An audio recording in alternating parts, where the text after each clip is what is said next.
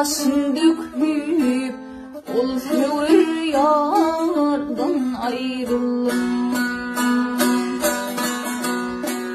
Ayrıldım gança gülümden siyah saçlı